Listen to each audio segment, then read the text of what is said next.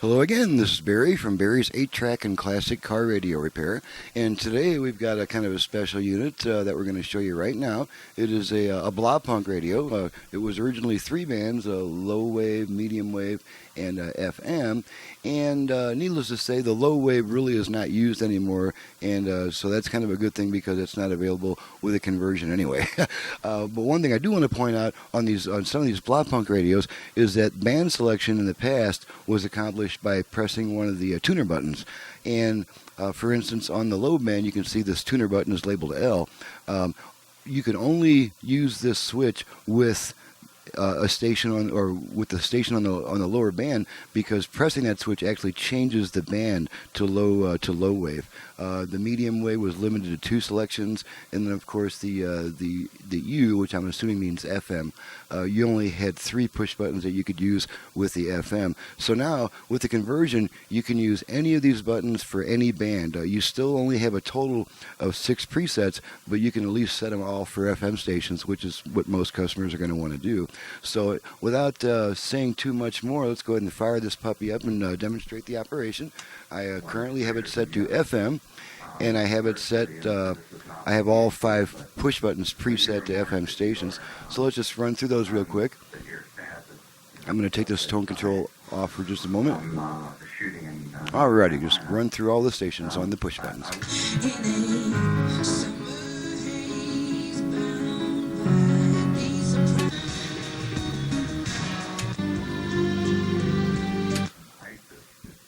Okay, that was not too loud on that one.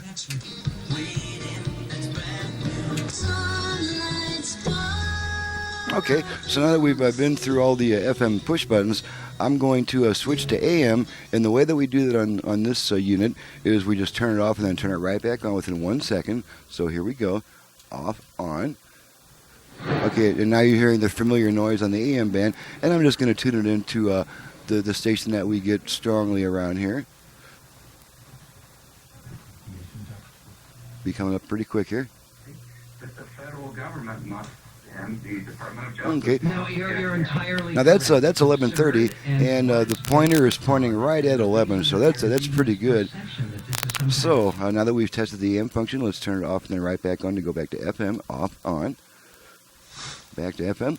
And one thing you'll notice is that this LED is now your FM stereo indicator. I don't know what it was used for originally, but now it makes a really handy FM stereo indicator, as it'll light up anytime that you're receiving an FM stereo station. Alrighty, now we're going to demonstrate the virtual balance and fader functions, and since I request that the customer remove his knobs prior to setting the unit, I don't have the right knobs for this model, and if I put the tone control knob on, then I can't put the volume control on. So let's just go ahead and set this to a moderate volume with a strong station. Okay, and then I'll temporarily slip this tone knob over the tone control so that we can demonstrate the balance and the fader functions. To activate the virtual left-right balance control, you want to rotate this control twice to the left, kind of smoothly, and then bring it back to the original position each time. To activate the virtual front-rear fader, we rotate this tone control twice to the right, each time bringing it back to its original position. Once it's rotated properly and you've activated the function, you're going to hear 4 beeps through the speakers. That lets you know that you can now use this tone control to adjust whichever parameter you've chosen. So let's go ahead and do this, and then after you stop adjusting it, it will sense that also, and then you'll hear 1 beep letting you know that the setting has been saved and that the tone control is once again just a tone control. So let's go ahead and activate these functions right now. Naturally, I want to give myself room to rotate this control, so we'll set it to the center position. Okay, now I'm going to rotate it twice to the left to activate the virtual left-right balance, left-right balance. So here we go. Here's our tones. Okay, now this control is adjusting our left-right balance.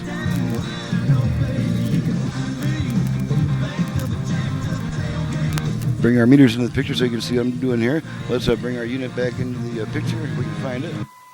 There it is. Okay, that's what I really wanted. Alrighty, so now I've adjusted the left-right balance, so let's do this again so that you can see the meter movement while I adjust it. We're going to activate the left-right balance again, twice to the left. Okay, there's our beeps. Okay, and now I'm adjusting left-right balance.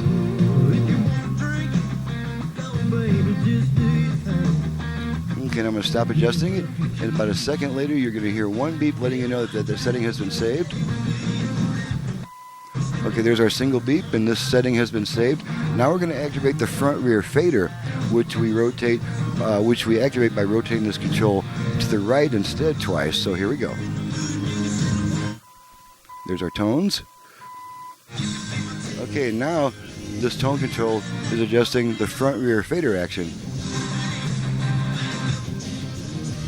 Okay, so I'm going to center the speakers nicely, take my hand off the control. We'll hear one beep. And there's our one beep letting you know that the setting has been saved. And this is once again just a tone control. Alrighty, another feature that I'm going to demonstrate here is the way that we select the auxiliary input on this particular radio. I decided to do that on, I decided to make this orange switch, whatever it is, press that in, and it's automatically switched to the aux input, which I have tested, so we won't need to test that again. We're doing it this way so that we don't have that annoying delay after using the aux Vox function.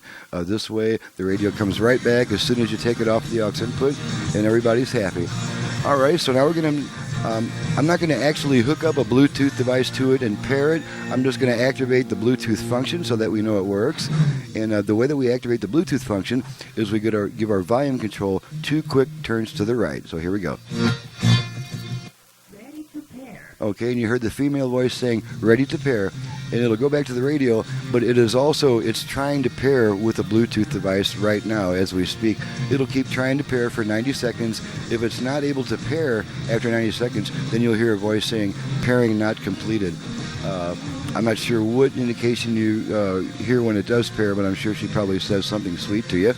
Okay, now the last thing we're going to test is our USB reader, and as soon as I can find my USB stick, here it is.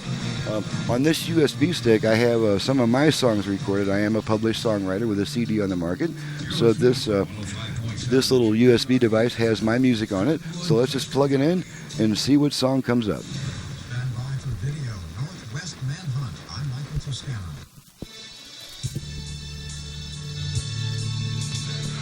Okay, that's one of my songs, and you can see that the USB stick is flashing, indicating that there's data transfer going on. As soon as I unplug this USB stick, the radio will come right back by itself.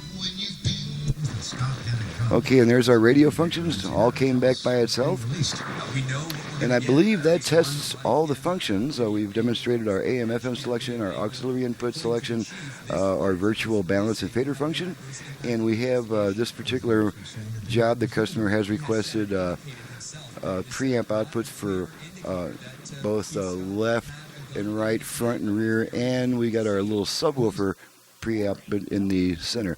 And we just heard the female voice saying pairing not completed, so she wasn't happy about that because we didn't pair a device up with it. And so this is just a quick